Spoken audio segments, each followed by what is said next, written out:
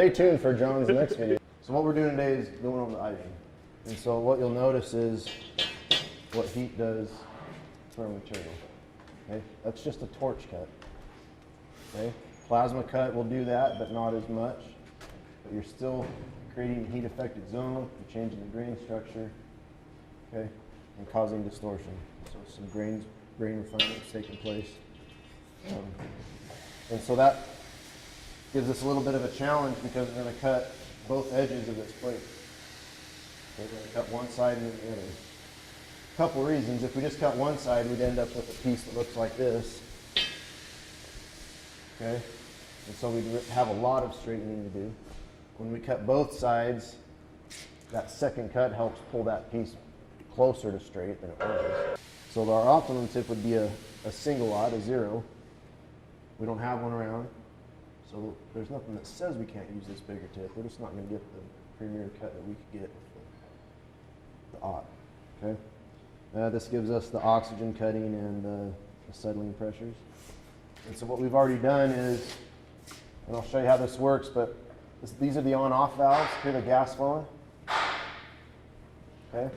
So that lets the gas flow, that shuts it off. So that allows us to make repeatable cuts quickly without having to readjust the torch every time. Just remember when you're lighting your acetylene, you got to be within this pressure range for the tip you have.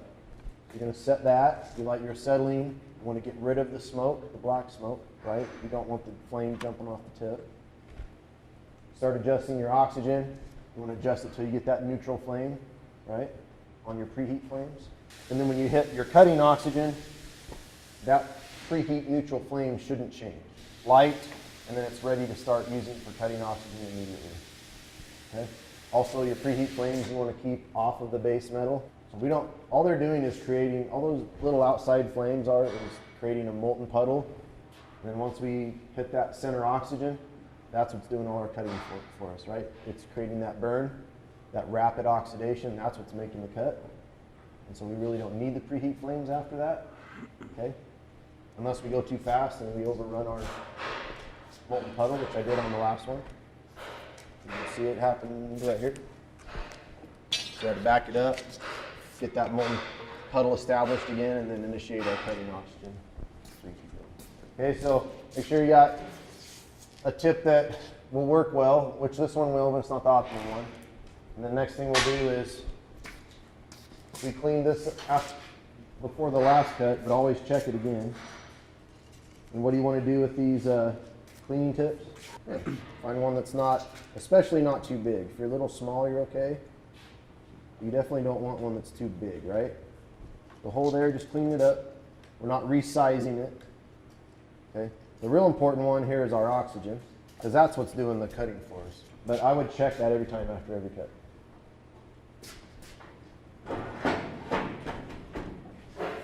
Remember how long you guys need? So this one I pre-cut in the iron worker, 51 inches, or 4 foot 3 inches. Make sure this isn't all the way to one side, because you only have so much movement in this track. There's the gear release, so you can freewheel it back and forth. So you want to make sure that's set. So that's our gear release. That locks the gear in. Sometimes you got to wiggle it a little bit. We have our gas on and off. We have our fuel and oxygen adjustments, just like you'd have on a torch, and then our cutting oxygen right here. So what's the first step we have to do before we light it? Yeah, lay it out. Here's what I'd recommend. This is 5.5 inches. If you do it just right, you can use that for your web stiffeners. So if you get it close or cut it exact or cut it later, you can use that drop for your web stiffener. You don't have to draw a line all the way down on this one, but we will anyway. The next one we'll definitely have to draw a line all the way through, like so.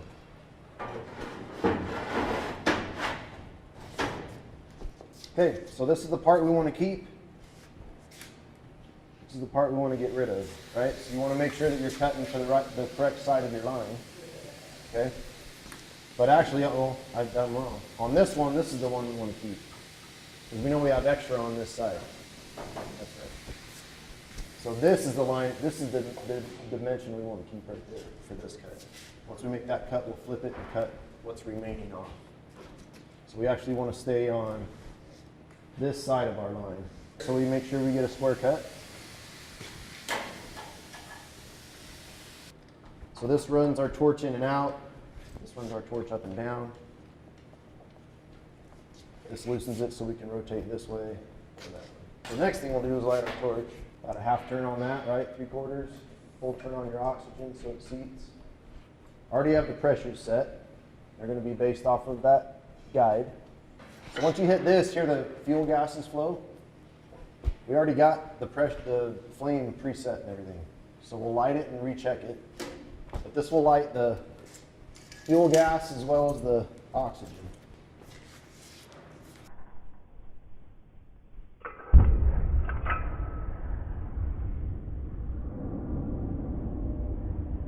There, now we're getting the gray smoke. Give ourselves a little bit more pressure there. Give ourselves some neutral flames there. Check our cutting oxygen. We're staying pretty good. So make sure we're keeping our preheat flames above the plate. We're going to keep this line. We'll cut it out right there.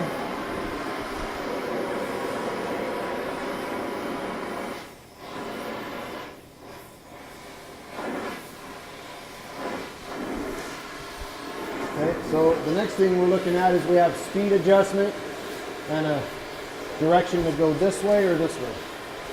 So there's our directions. Once we lock our gear in and turn it on.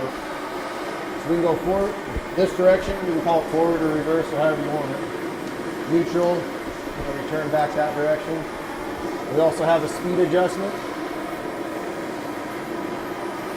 Okay, once you figure out your first cut, you'll know what speed is good for your material thickness and your flame. So you want to run as fast as you possibly can to still have a good cut, right? The slower you go, the more heat input, the worse the edges are going to be.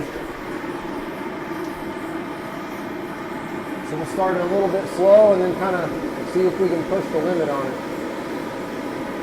Maybe we'll start at 20.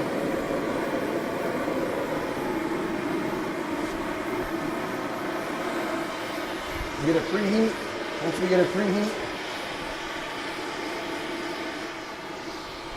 we'll initiate the cutting oxygen. So you're waiting for that shiny puddle. There it is. Start pushing your speed. You can kind of see your lag lines. You want them pointing straight down. You don't want it lagging back too far. You definitely don't want to go too fast, but you want to push the limit.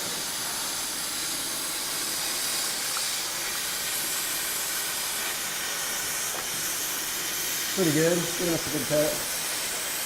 And then just keep an eye on it. Make sure this plate might deflect a little bit. Okay. If we need to adjust our preheat flames up and down, you can.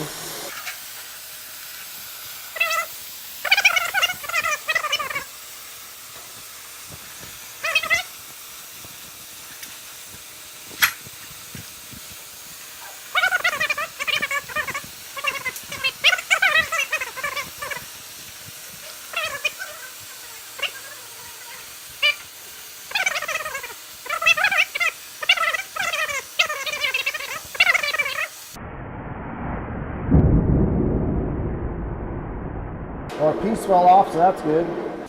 Okay, so do you guys remember the dimension on the web? We cut that while this edge is cooling. 51 long, 1.25. I think that's the one I remember. Set our material thickness to 3/16.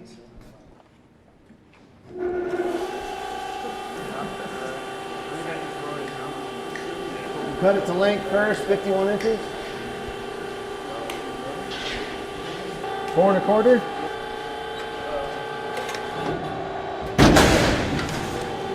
So I got 5-inch flat bar, right? I want 4 1/4, so I'm going to take 3/4 of an inch off.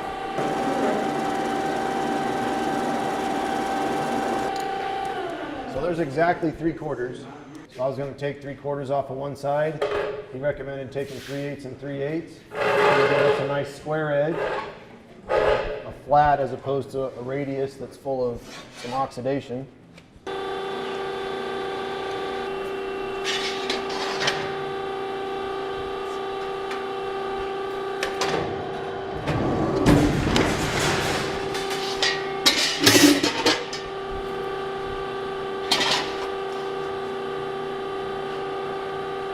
Check this dimension before you just assume that this is going to work out.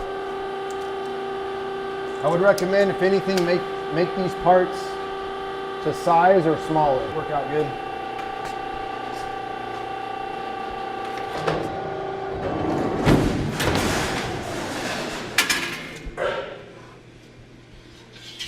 So you got two nice crisp edges to work off of.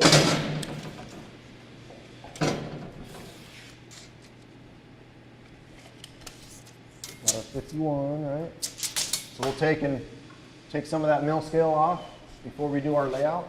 So here, with this piece at this point, I'm going to lay out all my welds, all my web stiffeners on both sides. We can go over here and check our part and see how it's cooling for us. Still a little warm, so we can do our layout. While we're waiting, we can do our layout. We want to remove this mill scale. So you remember the three processes that we're welding this with? Flux core, spray arc, and short circuit.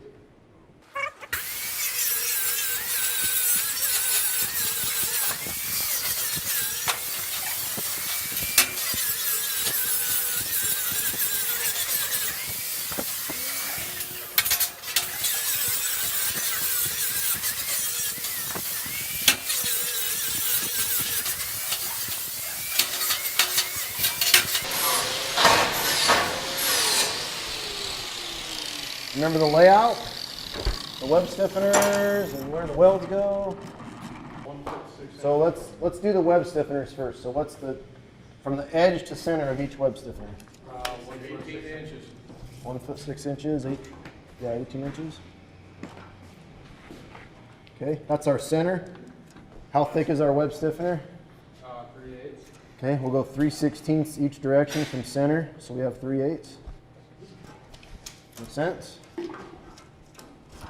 we go 18 for center,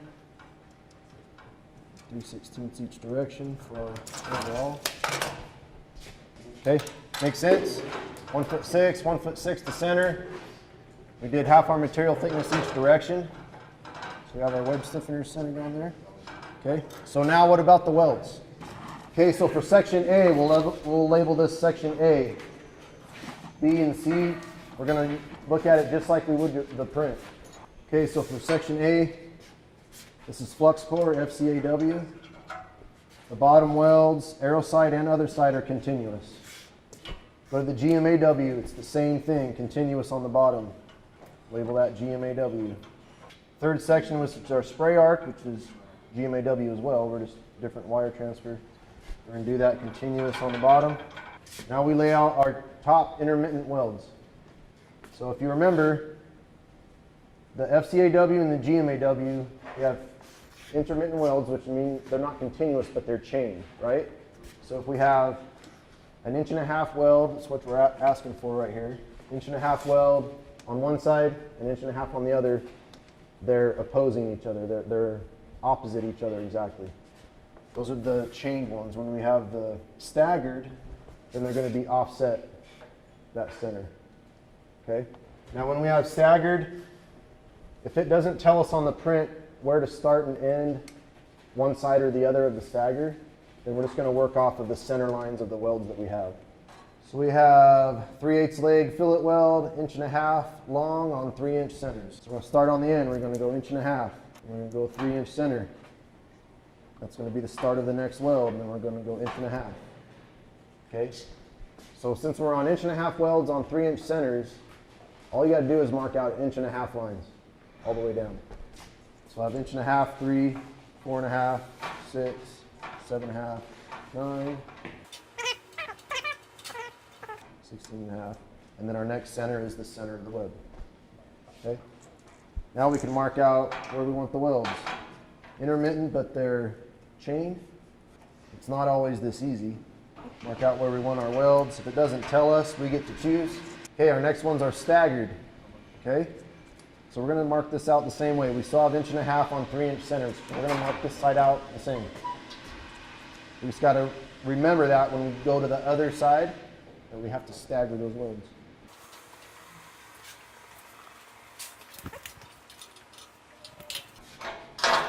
Don't redo everything on the other side. Just transfer your lines across.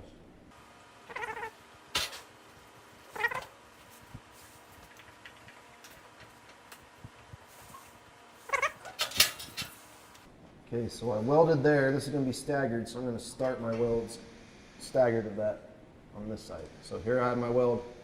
On the side I'm looking at, my weld is here. The side you're looking at, I'm going to start my weld there. So it's staggered, intermittent weld.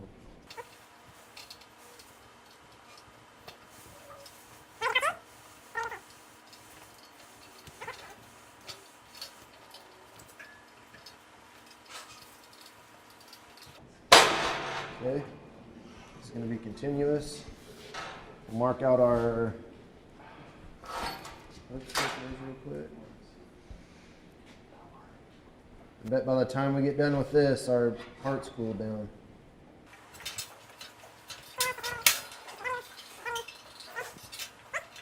Now we know where to put our welds, what they're going to be, our layout's done.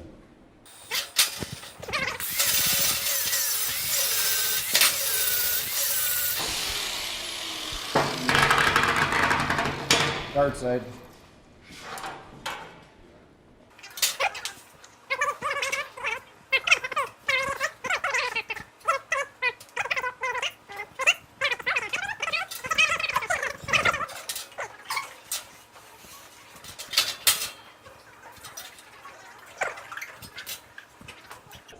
Okay, so now our layout's done. Good idea. No scale off there. Oh yeah.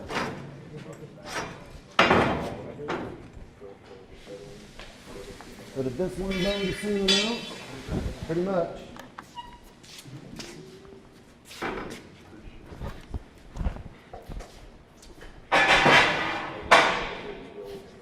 Don't try to grind all this slag off. Just take it off. A hammer.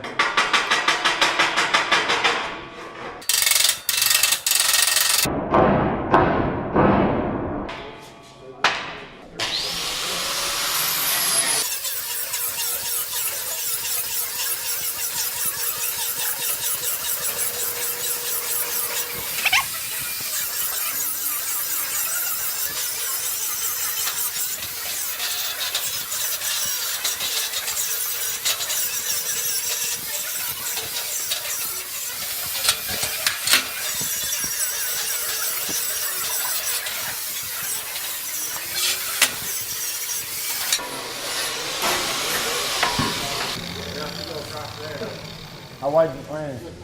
3 inches? Okay, so this edge is curved, right? Agree? This is curved now. We have to lay a line out on here. If we would have laid out that 3-inch line first, it'd be different, okay? So now this is the exact edge that we want to go off of, okay? So the little extra secret that we got to do from this cut as opposed to the first cut is we have to follow our line. And our line isn't straight anymore.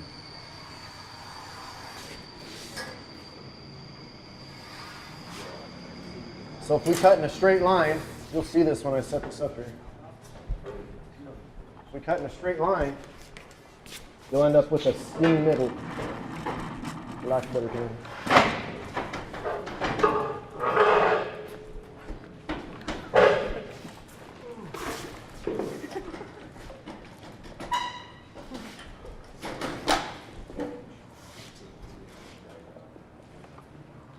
Okay, so now this is the side we want to keep, right? So this is our waist, so we want to be on this side of the line. And it's kind of a guess at this point until we really see that cut happening, but I'm going to say right about there. Again, if anything, you want this a little small instead of a little big, so it fits in the jig. Look how far we are in the middle of this part, look how far off we are.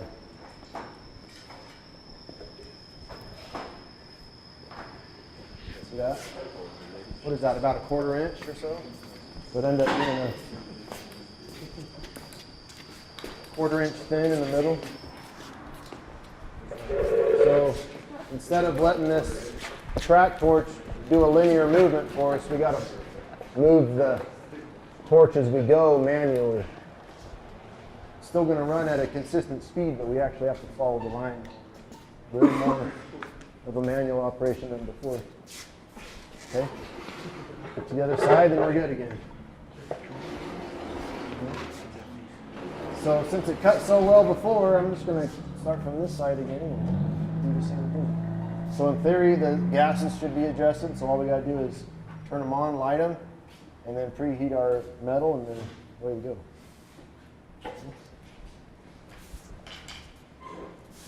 In theory.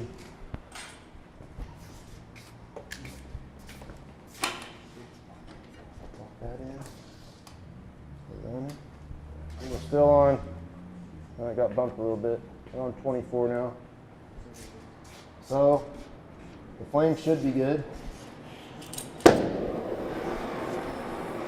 Look like a neutral flame to you. So our speed should still work for that setting then. So all we got to do is preheat. So now you're going to have to keep your hand on this so you can follow your line.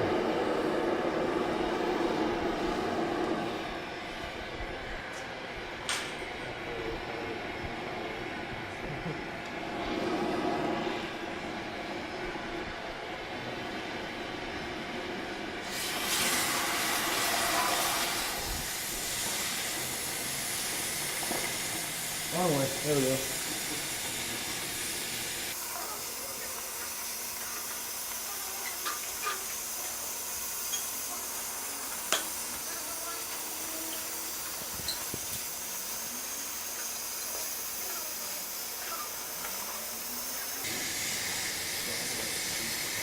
If you learn nothing else from this project, you'll learn what heat does to our material.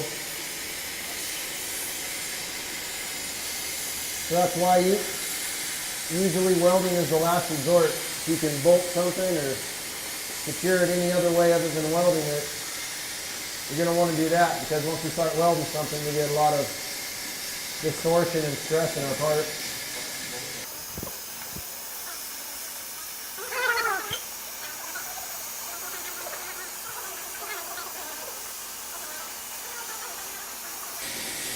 Didn't clean the tip, so we'll see if we get the same quality of cut the second time around.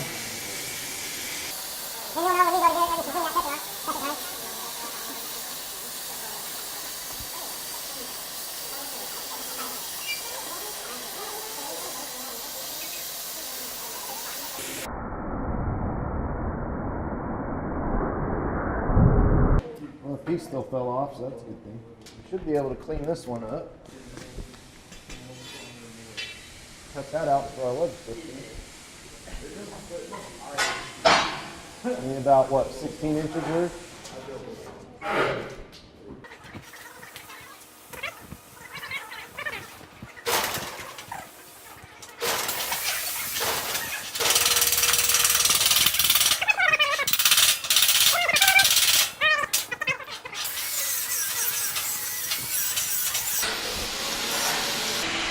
I don't know if you notice the sparks look a little different to you. Look, the feather, the little tail coming off there. It looks a little more refined. That means our material is harder in this area than over here. See all those feathers? There's not as many feathers coming off. If we could get this under, and Cody might be able to do that with the video.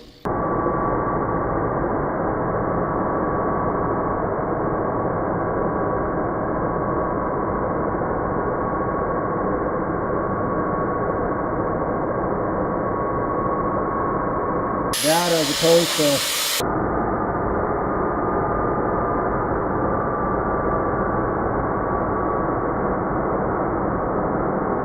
that.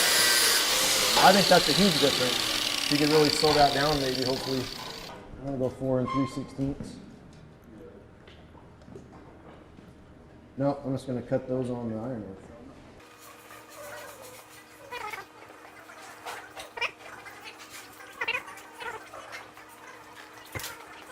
All right, so I have this. That part's cooling. So once I knock these out or cut these out, I should be able to take everything I have and go to the shop and start my assembly.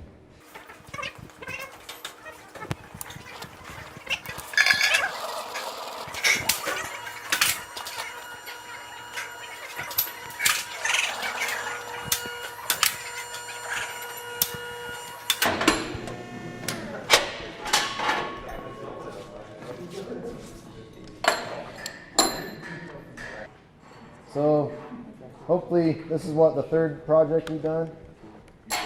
You're starting to realize how much time is in the prep and then how much time is actually done welding. So it makes no sense to rush the prep work and have it be inaccurate, because all it's going to do is affect our weld at the end. Okay, we'll meet over there in the shop. You guys want to take a 5-minute break?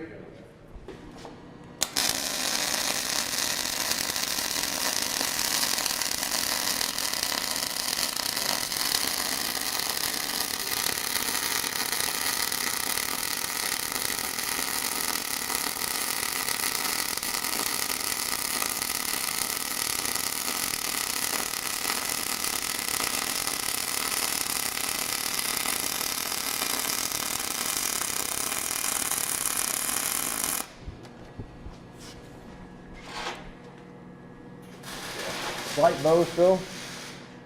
Okay, didn't pull it back completely.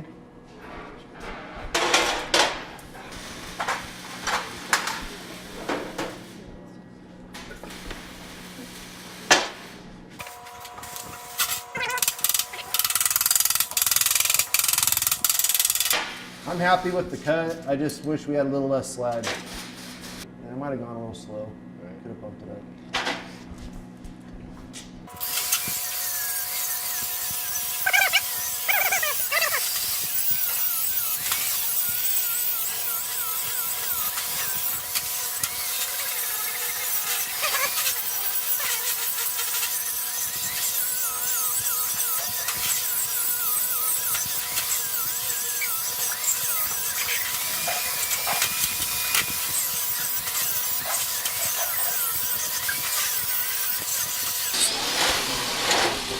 Hope I didn't get you guys too bad this part.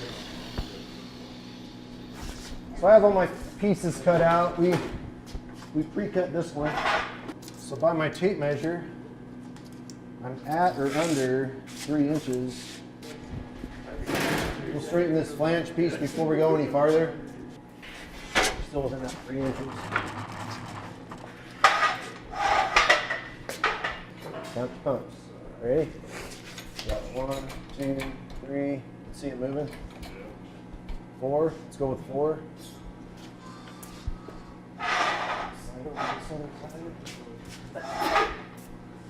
Okay, let's see. 1, 2, 3, 4.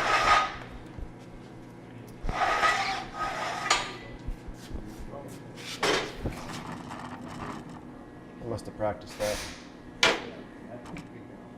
And it's a little, I'd say a little bit in the middle. A little bit about right there. Sure that's not just a divot from the cut? No, because it's the same on both sides. Okay. It has a, yeah, it's not just the cut. It's both sides are consistent.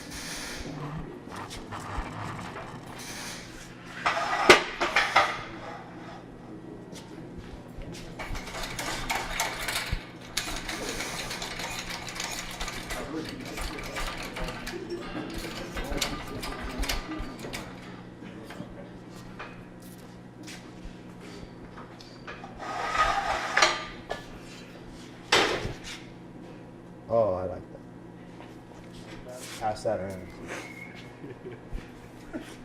Okay. So now we have the jig. We got the web stiffeners in my toolbox. We got the web. Got my 2 flanges. Now we got to start tacking. These are each labeled. Number 1 with the arrow going up.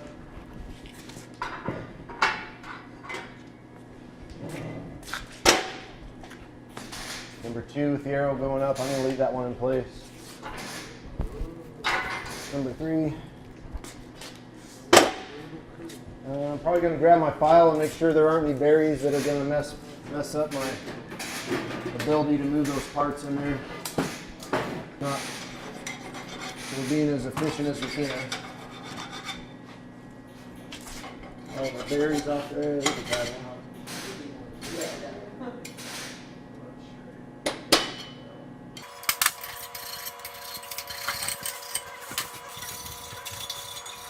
I recommend doing this for every new person using this jig.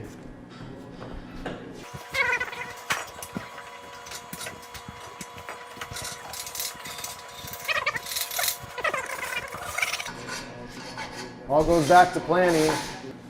So start looking at this thing, how am I going to weld it?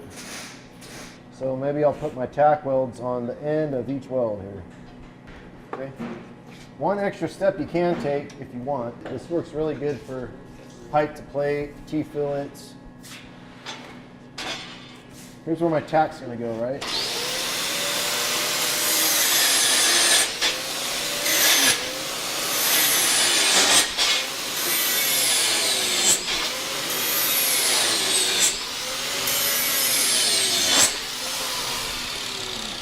Okay. Now when I tack it, that tack's going to disappear into that groove. It's actually going to cause a little less distortion because it's going to pull less on that plate because it's not on the outside now, it's more towards the middle.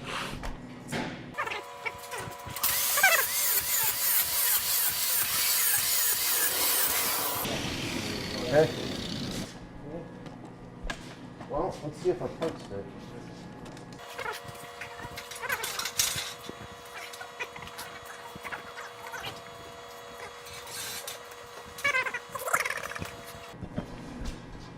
Oh boy. That looks leggy. Oh, it's from that iron worker.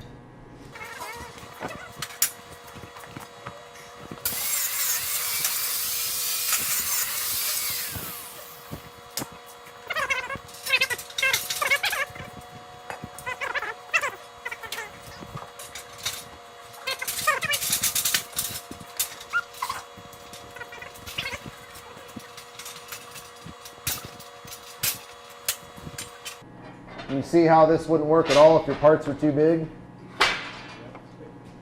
You don't want to, you still got to be within tolerance. And you definitely don't want, if you can help it, you don't want a giant gap on this web. You want it to be pretty close.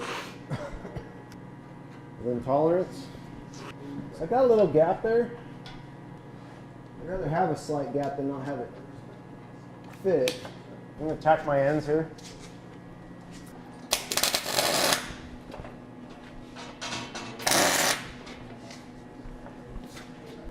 Oh, I'll tell you a story about that. So, oh yeah, you're so cool. I started welding full time when I was 17. Okay, so you're so cool when you can tack weld just like this all day long without having to put your helmet down because it's fast. Guess what happens when you tack weld without your helmet down? You sunburn your face and your eyelids. You will burn the entire surface of your eyelids. They will get sunburnt and blistered, I guarantee you. And the light does go through the eyelids. It's not like your eyelids stop that light. So you'll get flash burn through your eyelids too. Unless you're really cool. It probably won't happen. You can do this a couple ways. I kind of have an issue with tacking my other end. If we have a jig like this, I like to work my way down because you are going to get some shrinking as you go. So if I tack this in, it kind of locks that in place, and now all my tacking in between is going to create some stress. Does that make sense? If I'm moving my way down with my tacks, it's going to shrink and stress as we go. If I have a jig. If I don't have a jig, then yeah, I got to kind of tack my outer dimensions and lock everything in place dimensionally. If I have a jig, I'd rather eliminate a little bit of that stress and work my way through it. Does that kind of make sense? Okay. So here's our intermediates. Every other weld that I'm going to have, I'm going to tack the end of that. And then I'm going to do exactly opposite of that on the continuous weld side.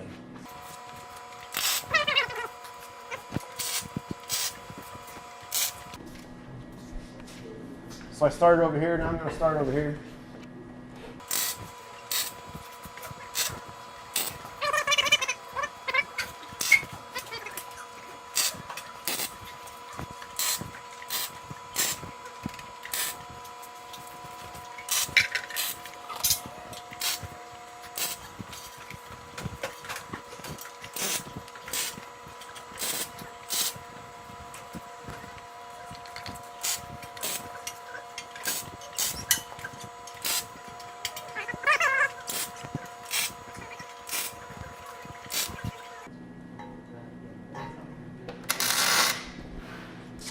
Main thing is we're putting tacks that are going to get welded over. Okay, you don't want some tack just hanging out there. Okay, so are we ready to weld it? Take it out and weld it? Yeah. You don't want to weld it in the jig. We could put our web stiffeners in place right now if I would do an option.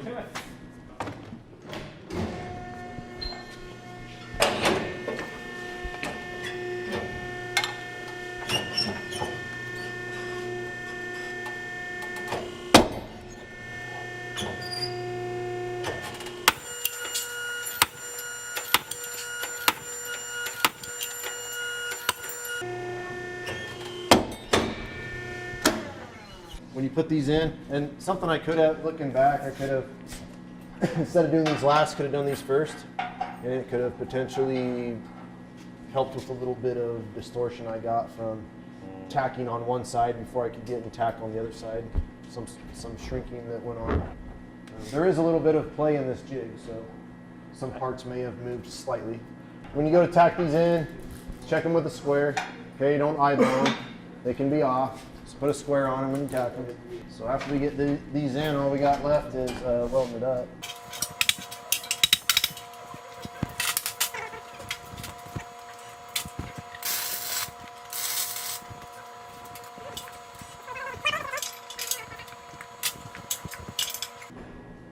I'm going to tack this first one, and then I'll check it for square since it's not going to sit on the thing.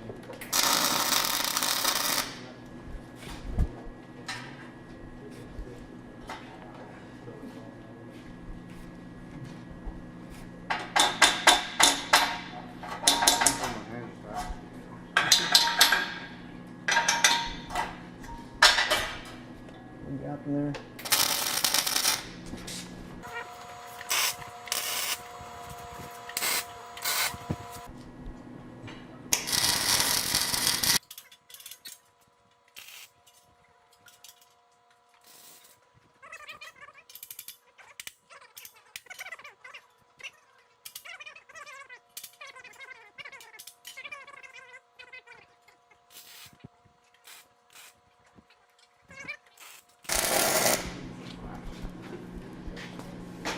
So I would recommend leaving that center one in.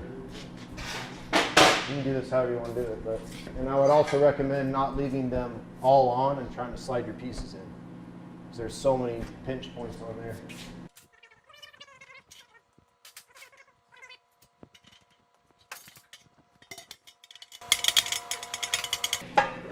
Try to treat these things nice, because they have to be. Yeah, I heard you say hammer them.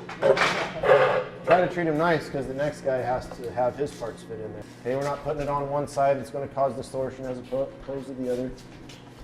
Get our middle ones in place. They'll kind of lock everything in the center and work our way out. So that's kind of the same thing you want to do here. You want to have a plan. You don't want to just start welding just randomly. You start thinking, if I put a weld here, where is it going to pull? So if it pulls in this spot, where do I need to place the next weld to counter that? I'm not going to weld all of the intermediates at once. Maybe I'll do half and trade over to the other side, and then do the other half and then switch back.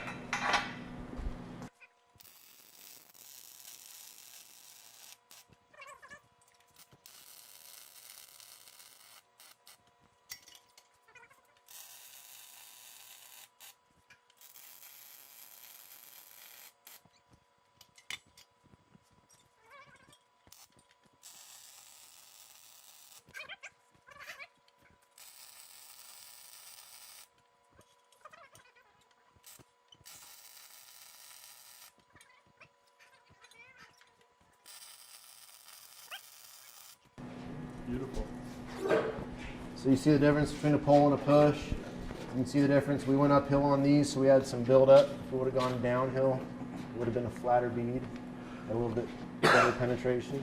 So all the appearance of the bead's going to change, you know, how you're manipulating the tunnel. Okay.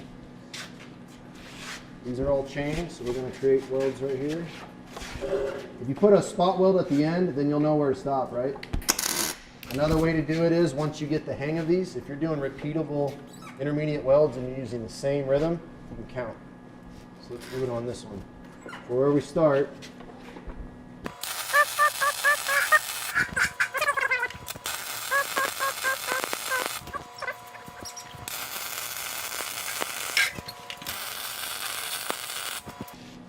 I'll tell you, you'll end up counting a lot.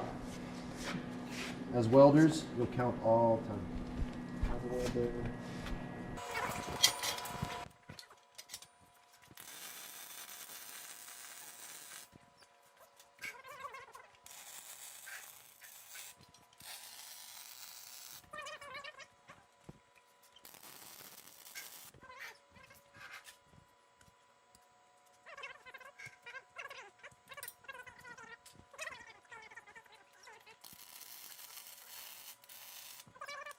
Voltages we're running.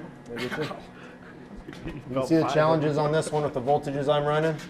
It's almost uncontrollable downhill, right? Looks better. It's nice and flat and tying in good, as opposed to the side where I went uphill, where it's got some buildup. So you got to decide what's better for you. Okay, how much penetration is required, the appearance that you want.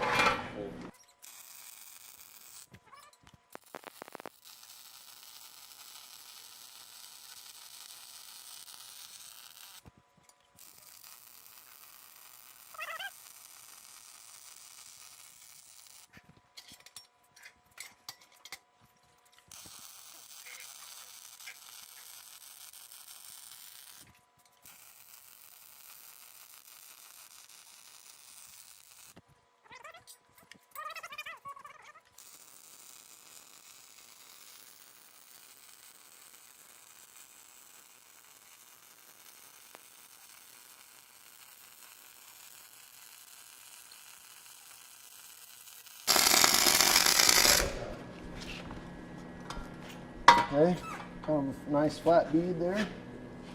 Okay, so that was a push, so I'm going to pull this one and see if we can see any difference in the appearance.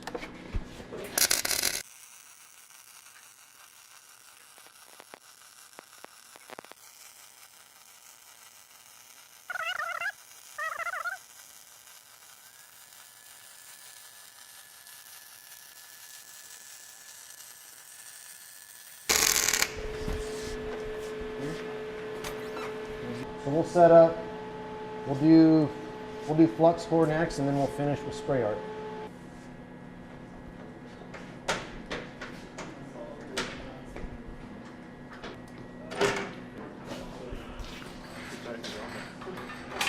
So if you have more than one ground clamp, does that mess up your welders? No, it just makes it too. No, this is a voltage sensing clamp. Do our intermediate welds first. All right, here we go.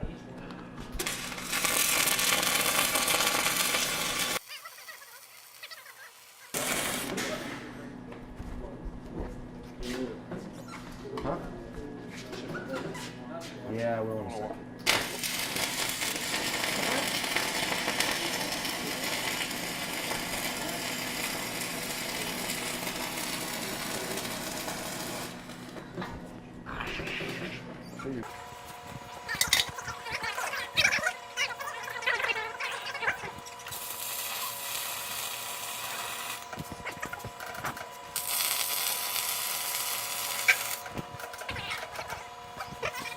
Right as close as possible. So of course we don't weld over our slag, right? We have slag, so we drag, so we're not using any type of pushing motion.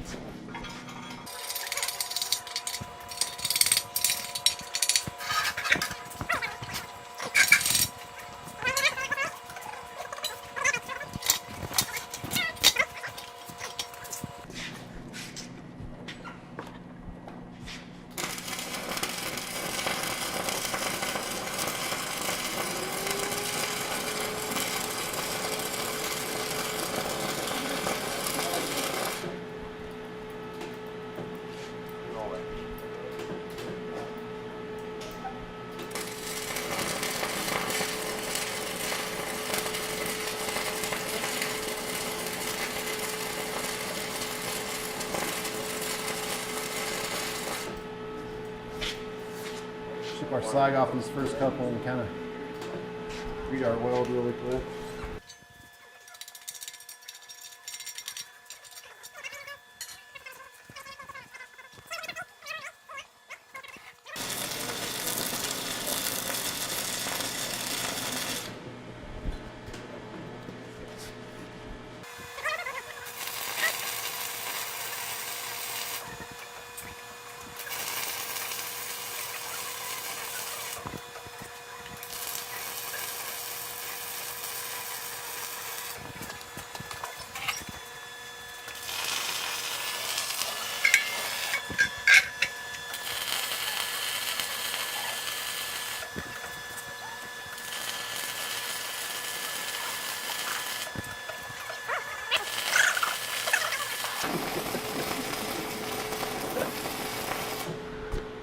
And this, you have to do it.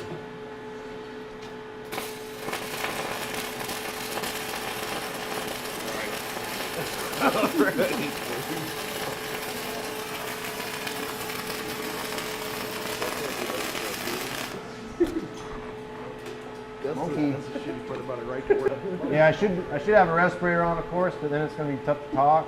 But definitely, I mean, these fumes are bad. yeah, right, I bet. You're not gonna feel good tomorrow.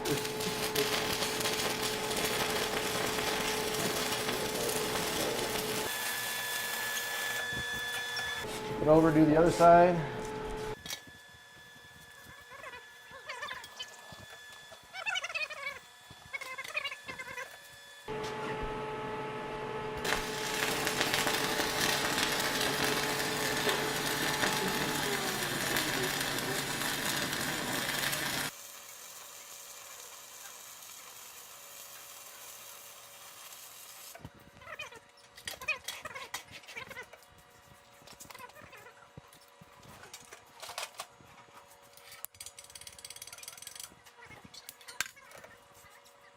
You ready?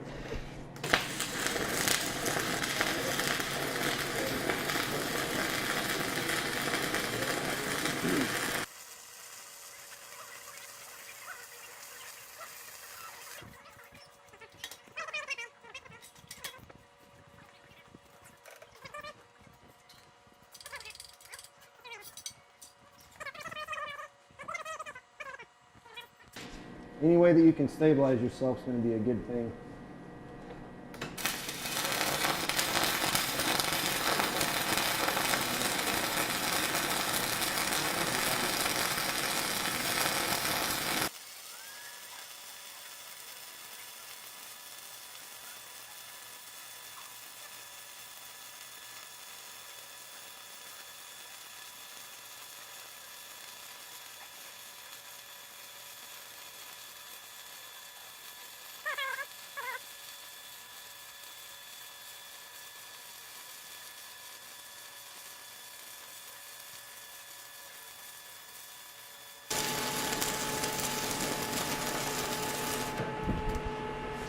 I hope you guys challenge yourselves with that left-handed, because that was a challenge for me just because of strength.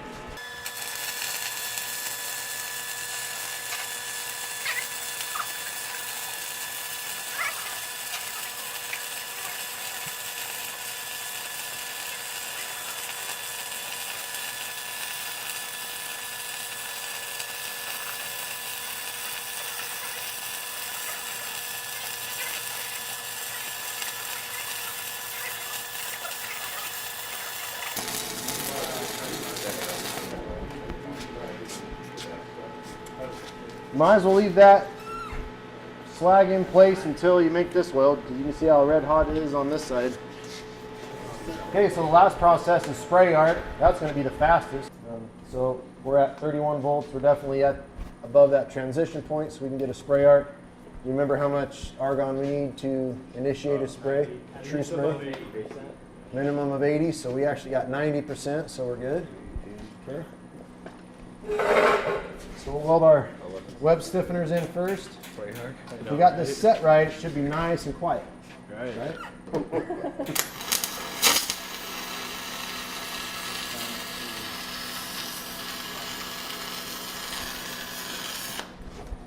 Nice.